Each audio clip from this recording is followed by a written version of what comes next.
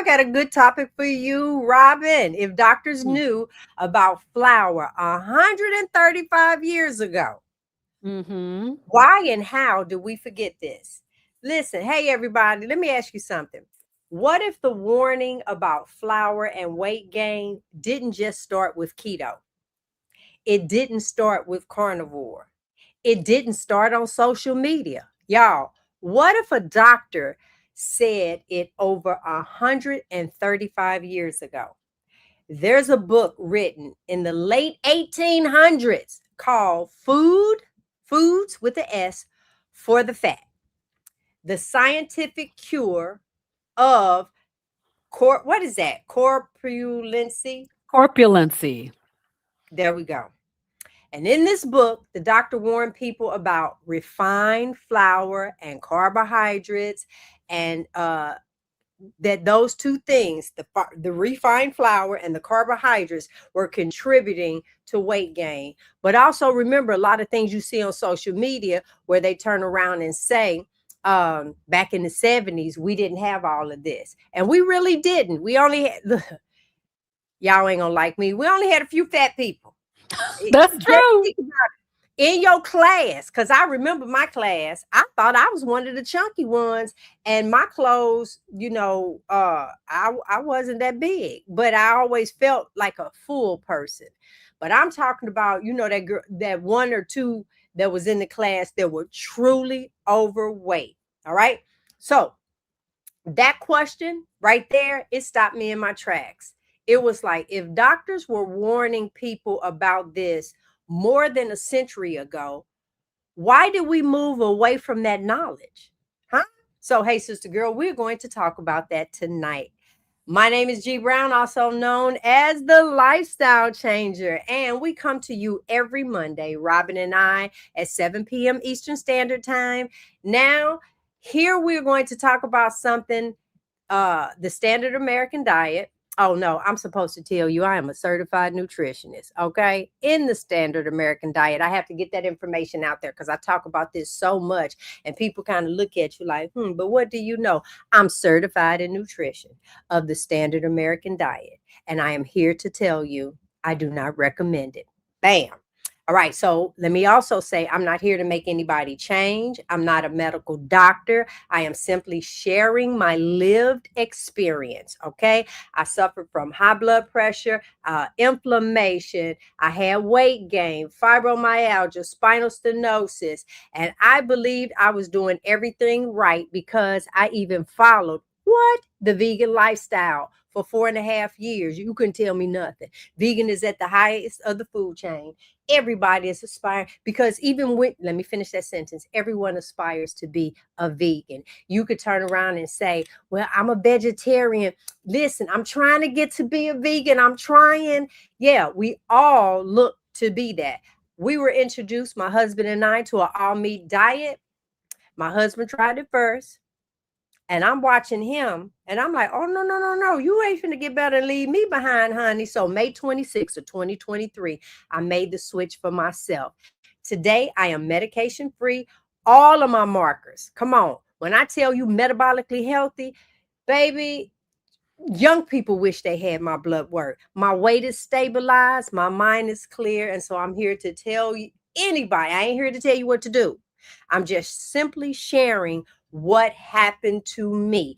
And tonight's conversation will make you think about foods differently for you, your health, your family, all of that. So, Robyn, go ahead, tell the people. All right, my name is Robyn Herron, and I am your CarnivorousGrama. Again, neither one of us are doctors, but we are both certified in nutrition in the standard American diet, right? So we're also health coaches. And what I love doing is helping people reconnect with real food and understand how nutrition affects the body. We're taking it all the way back, y'all. We're going back over 100 years tonight, because when people begin to understand how food interacts with their metabolism, the things start to make a lot more sense. The crazy thing is that they've known this for a very long time, and there are reasons why this has happened, right? So for a lot of us, it feels confusing. The health part of it. What are we supposed to be eating?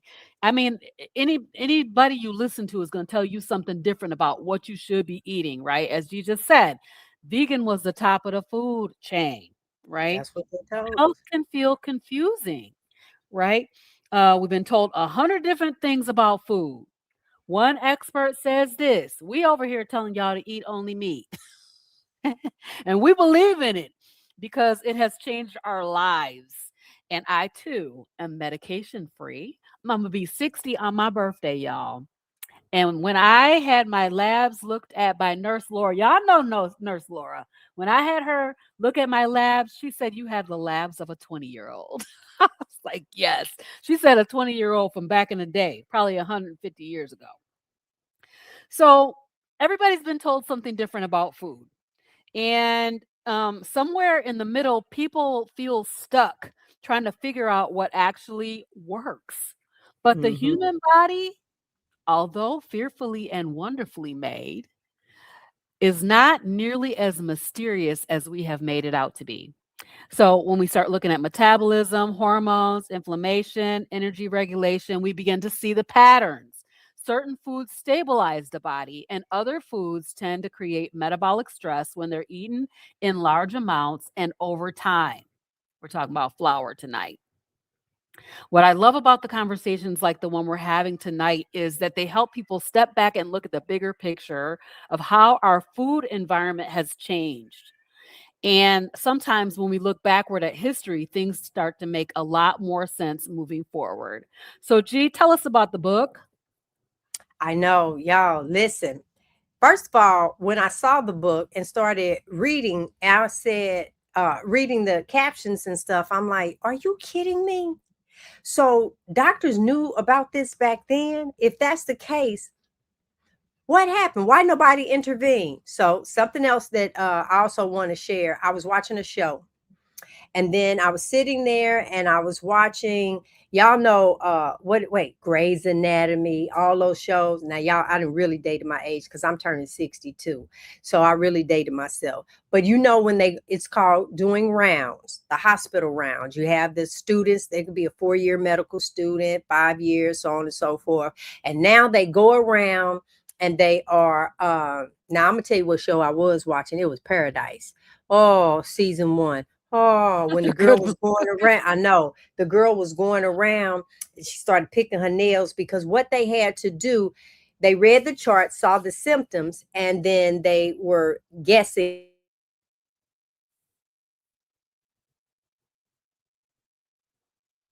Uh oh, we lost G's audio. Let's see if she can reconnect.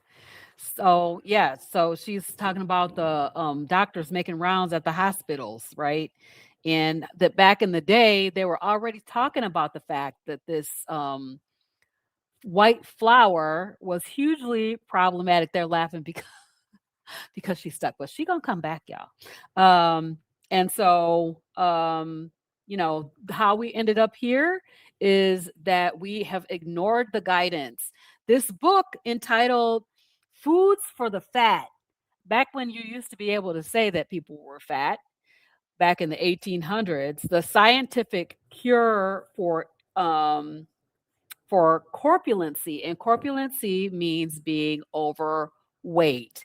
And so they already knew this. The doctors and those back in the day already knew that we were having a problem with this with this food, like too much white flour, right? So refined flour was becoming much more common because of industrial milling.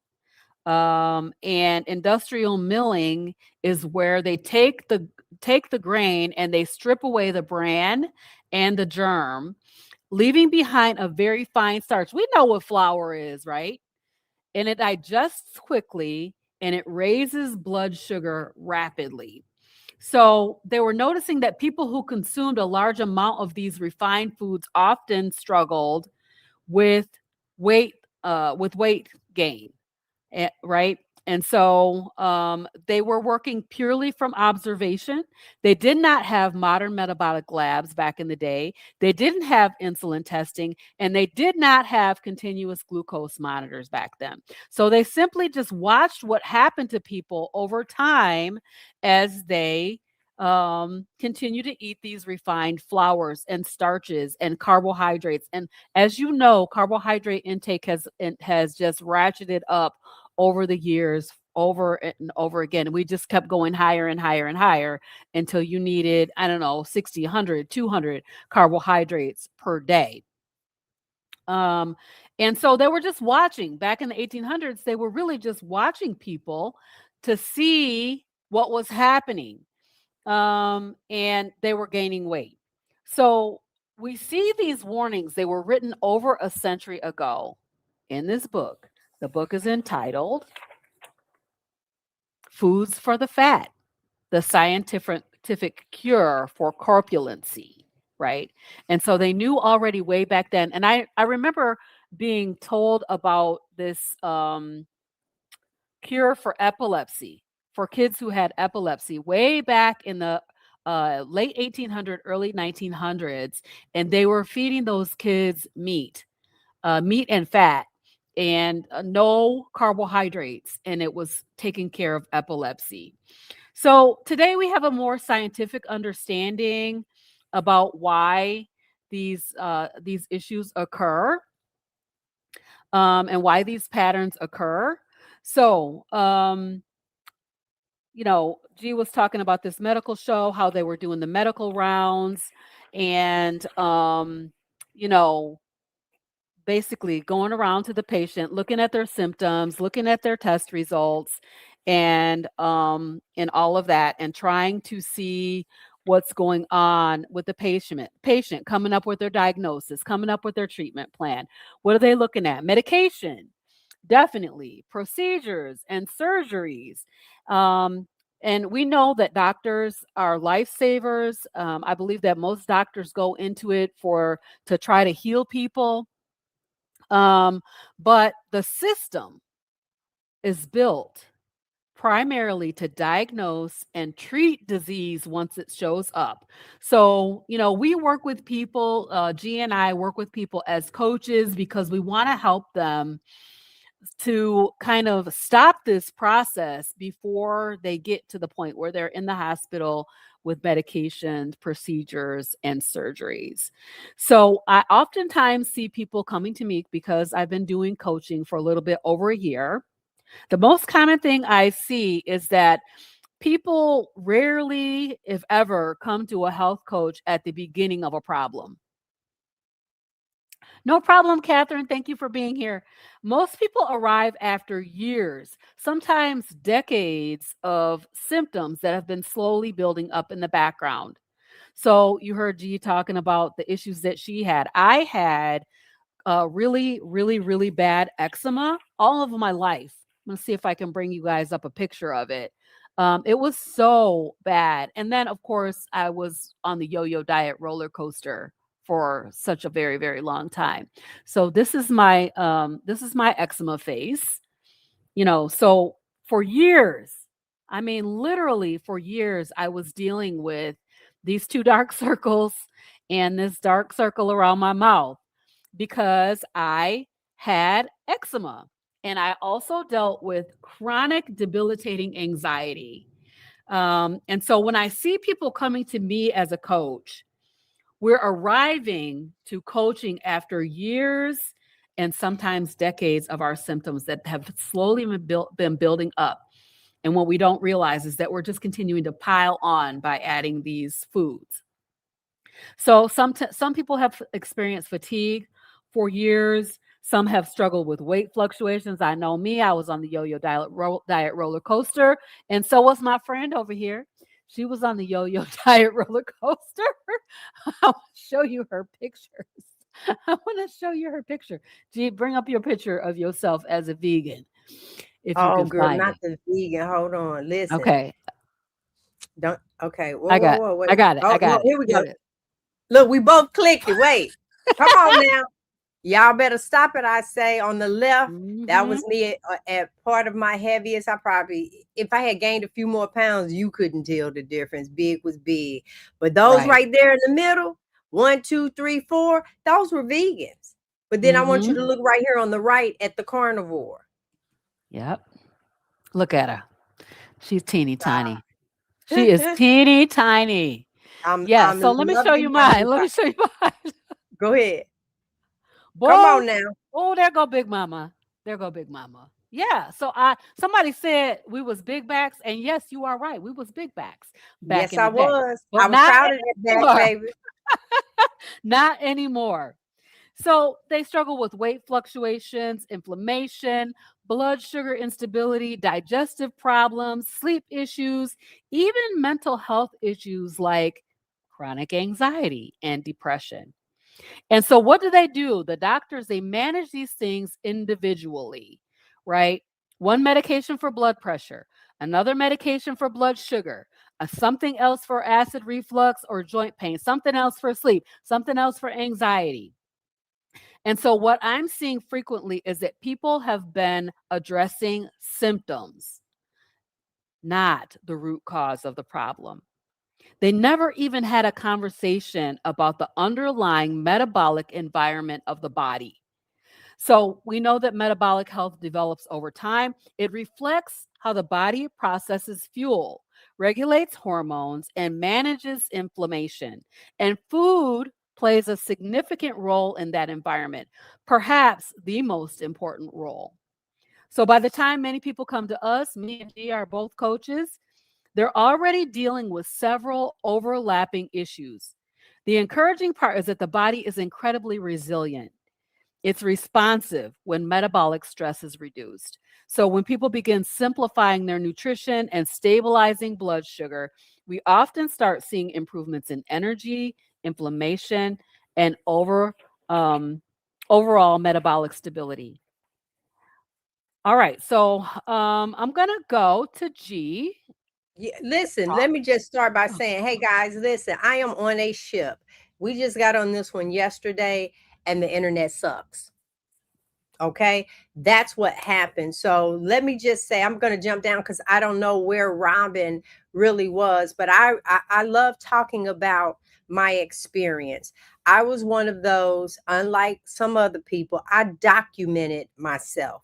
I have always taken pictures, but that had more to do with if I ever died, you couldn't find a picture of me that I wanted. So I Mm, literally took pictures every day and posted them on social media. I promise I did. Now, some of them might have just been of my face, but you could see my face looking like that. Wait, do we have some in here? Let me just see while I'm still talking to you guys. So, oh, there we go. Me and my husband on the come on now. That's us on the left. Look at all the roundness. And if y'all know Mr. Brown now, you know that he does not look like that anymore. So I right. want you to know that let me see where I click on that to take that one down. So I want you to know I do this. I really nobody with a medical degree can take away what my body is feeling. Because when I found out that cholesterol was not a disease, they found a way and a pill to reduce your cholesterol. I want high cholesterol. I want that because now that I am eating properly, my brain is functioning better. My joints no longer hurt. There's no click, click, click sound like I'm popping popcorn. I can stand up now. It's like the cholesterol lubed my knees. It's, yeah, that's almost like them giving you a pill to reduce your red blood cells, but they've convinced us to reduce our cholesterol. And if you watch Netflix, Cat Williams just did a joke and said your brain is Sure 100% did. He cholesterol. So sure did. yes, people are Like, go, starting to cat. know, stop the cholesterol pill. That's not a disease. It isn't. So when I was vegan, I truly believed in my heart that I was the healthiest that I can get. And I should have known the first sign was that they were willing to make all this food vegan, right? Somewhere they convinced me that this Impossible Meat that had 21 ingredients was better than a one ingredient hamburger. Come on now.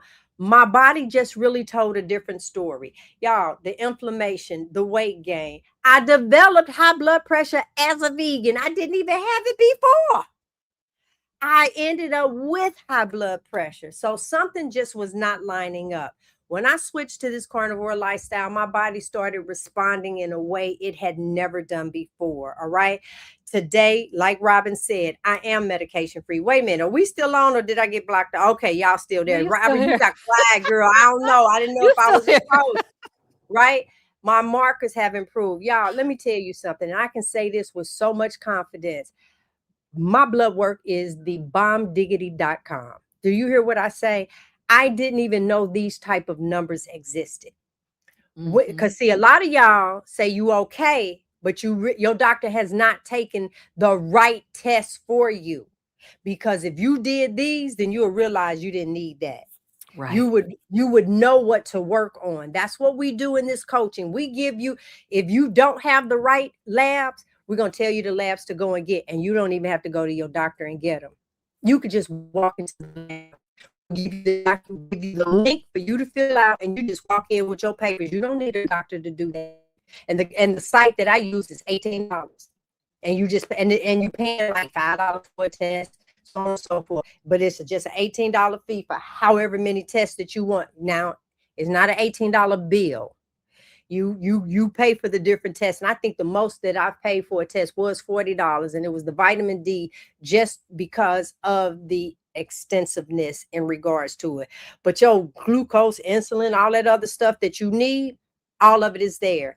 The way that I eat now, phenomenal. Phenomenal. And I'm not hungry. It's simple food. It's real food. Baby, the food tastes so good. I'm about ready to, I got to wipe my mouth now. I just had a big old juicy steak. I had a big old piece of salmon, and I told them to make the skin crispy. Oh, Mm, mm. and I make my own steak sauce. I tell y'all about that later. But let me ask this, Robyn, when people really make that shift to real food, I'm talking real food, what are some of the changes that you often see? I have to just take one quick step back because I want to talk about what the doctor.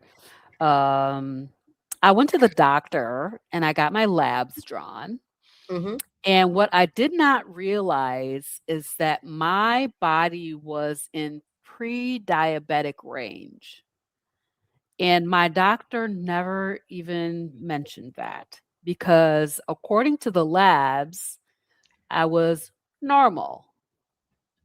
I was normal. So we know that if you're in the pre-diabetic range, that's a culmination of over 10 years of metabolic syndrome. So, the fact that I was headed towards diabetes. And the doctor never even, because they're looking at the labs from the perspective of everybody else is unhealthy, so you just be unhealthy too. You're That's the how I see it. normal You're the unhealthy. normal, unhealthy, right? So my range was my A1C was 5.6. When we look at that from a metabolic health perspective, 5.6 is in the red zone. You're Mm-hmm. pretty sick at 5.6. And so I found that very concerning, that it was never even mentioned to me that I was pre-diabetic and that I was on my way towards diabetes. And Mm-hmm. like diabetes is something just comes up on you all of a sudden. No, it's not. It's something No, that girl, comes. it runs in the family. mm, just No, yeah, the same food food runs in the runs in the family. family. And y'all, yes, and y'all Exactly. have parents and relatives the same. So you start having these type of reactions. Y'all, that's not true. We got to take the tinfoil hat off. It's just really not true. Okay, Yeah. Robyn, go ahead. Yeah. So last week G told us to know your numbers. Get those numbers and find out where you actually are. You need to understand them for yourself. And so I'm telling you now, if your A1C is 5.6 or above, you're at least pre-diabetic. Mm-hmm. and on your way towards diabetes. Okay. So, one of the things that people often notice when they make a shift toward real food is that your energy becomes more stable. So, when meals are built around nutrient dense foods that support steady blood sugar, people frequently experience fewer energy crashes throughout the day. So, none of that spiking. And you got to have a candy bar at about 2, 3 o'clock in the afternoon to get you through the rest of the day. None of that. Or some Lay's potato chips Mm. and a soda. Right. Whatever it is that gets you through the day. I liked peanut M&Ms too. Anyway, another change that people notice is a reduction in inflammation. Now, Mm-hmm. I have seen some dramatic reduction in inflammation within 7 days of starting a carnivore way of eating. Within 7 days, people have said they cannot believe it. My inflammation is gone. So, joint discomfort, swelling, digestive irritation, all these things begin to calm down when your diet becomes simpler and more focused on whole foods. Blood sugar stability is another major shift. Again, when you have those blood sugar spikes, that's what's telling you that insulin is saying when the insulin is coming out to chase after that blood glucose, that's what's telling you to eat that candy bar, Mm-hmm. right? So, when you reduce refined carbohydrates, processed foods, the body no longer experience those same repeated glucose spikes and crashes. And as a result, cravings often decrease and hunger becomes more predictable. People find that they're just literally less hungry. They are not hungry and the food noise turns off as well. So people can be surprised at how simple their meals can become. I know that I was because I was a chef. I call myself a chef. I like to cook. I enjoyed it. It gives me a lot of, I mean, it's kind of like I call it a mindless activity that I can do without thinking very much. It's just calming for me. But Mm-hmm. the simplicity of this way of eating cannot be beat. It is super, super simple. So instead of constantly thinking about what am I going to eat next or what's the next meal or trying to manage complicated meal plans, we find that simple, nutrient dense foods provide satiety and satisfaction. Wait, And Robin, how uh huh. about you cooking one meal and you thinking about the next meal you got to cook tomorrow? You Yep. making a grocery. I've been there, and I used to crack jokes and say, "Now look at our little fat tails. We haven't even eaten this meal, and I'm already planning. Now I'm cooking pork chops and gravy. Talking about, oh, tomorrow we can have tacos. Yes, absolutely.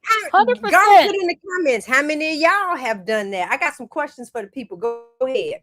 Okay. So just think about this how the simplicity of eating simple food, non processed, can be very freeing for people who've spent years struggling with complicated diet rules. Okay, G, go ahead with your Okay. questions. Yeah. No, listen, I want to take, I do. I want to slow it down because we're almost at the end, but you don't want to miss these questions because I want the audience involvement in this, whether you're watching it live or the replay. Why do we talk about medication more than food when we're discussing health? Listen to the commercials. When I was growing up, the commercial came on and the warning was about this bit. First of all, we couldn't pause the television and the words were so small you couldn't even read them. Now they part of the song. Might cause blindness. You might even die. Jardins, love it. And it's gonna take care of this. And then Oh wait, my and then you're gosh. gonna take Terrible. this for the skin reaction, but you can get a worse skin reaction. Come on now.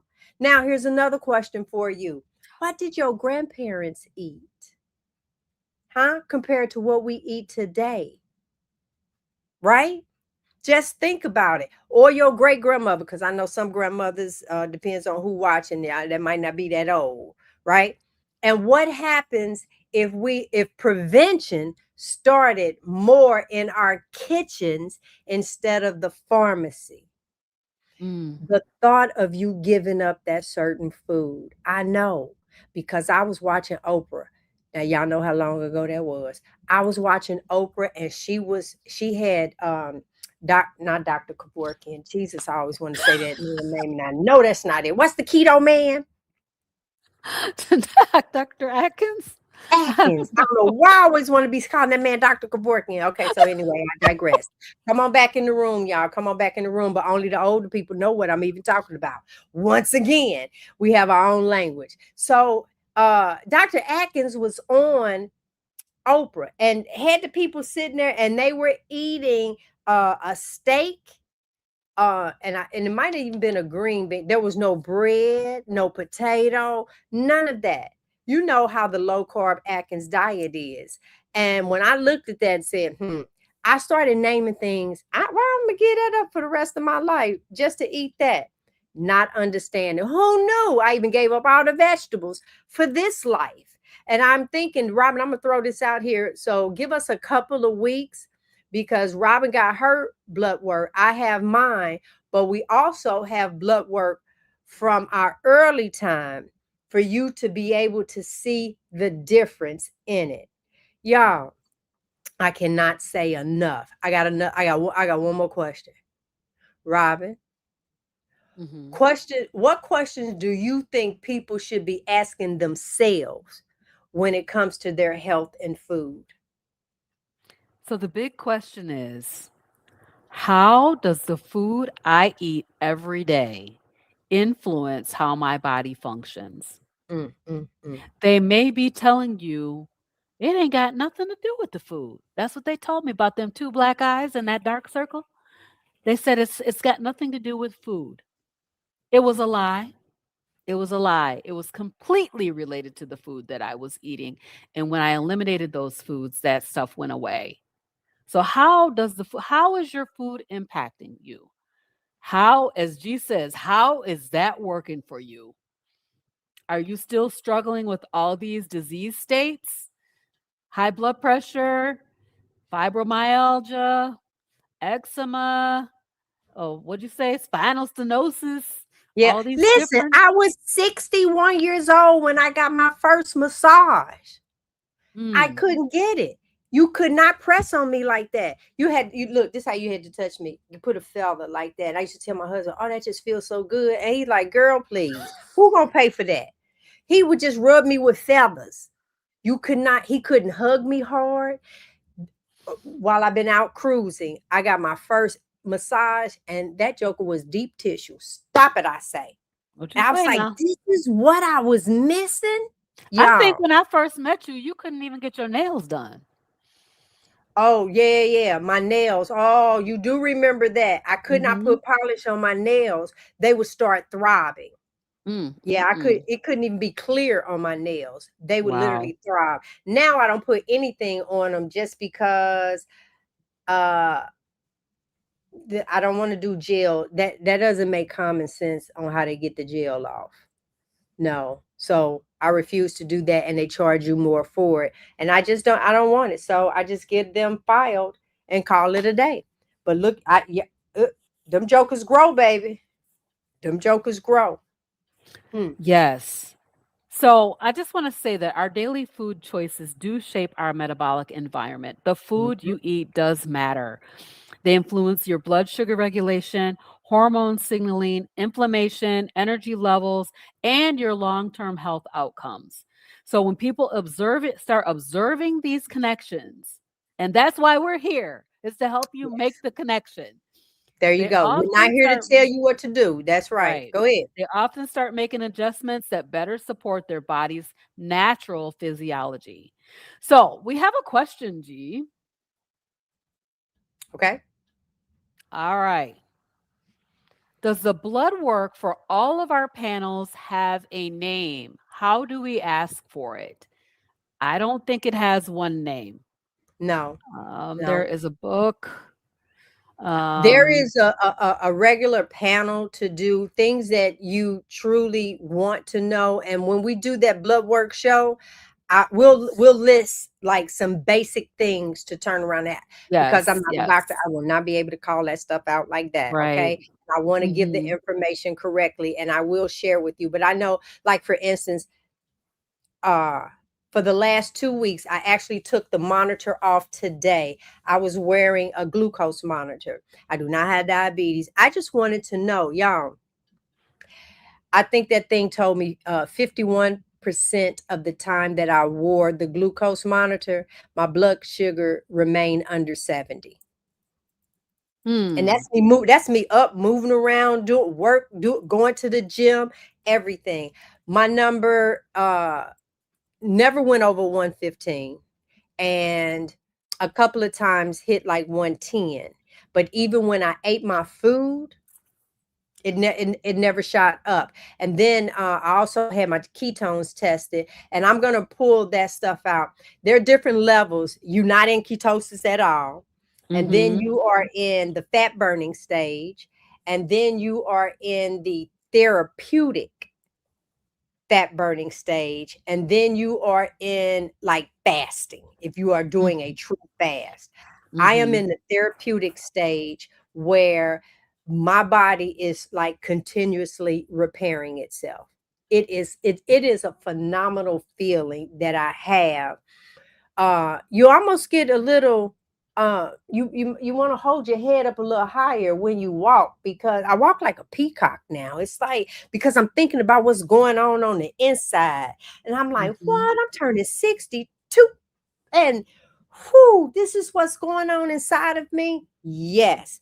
um Let me just say, I'll say it again. I want you to know, one of the reasons why Robyn and I come every Monday at 7 p.m. Eastern Standard Time is to encourage people to think, learn, and explore what works Yes. for your body. We're not on here telling you that vegan is wrong. We're not on here telling you, I am telling you standard American diet is wrong. Now you can rebut all that you want. I can back up with everything that I say, juicing and all of this other stuff, what that's actually doing to your body. They told us that it is okay. The one thing you don't hear them online or on television telling you to become carnivore, that's the one thing that would destroy the economy. I'm just being truthful. Okay. Mm-hmm. That's the Mm-hmm. one thing that would destroy it. So have no problems telling you to go ahead and do that 10-day cleanse, that detox tea, and all those other different things. Go ahead, have at it. They're making money off of you. All right. Sometimes healing starts with something very simple, and that's just Yes. changing the food on your plate. Let me ask Exactly. this: if tonight's conversation truly spoke to you, we would love for you guys to join our community. We have a Hey Sister Girl Facebook group, it's free.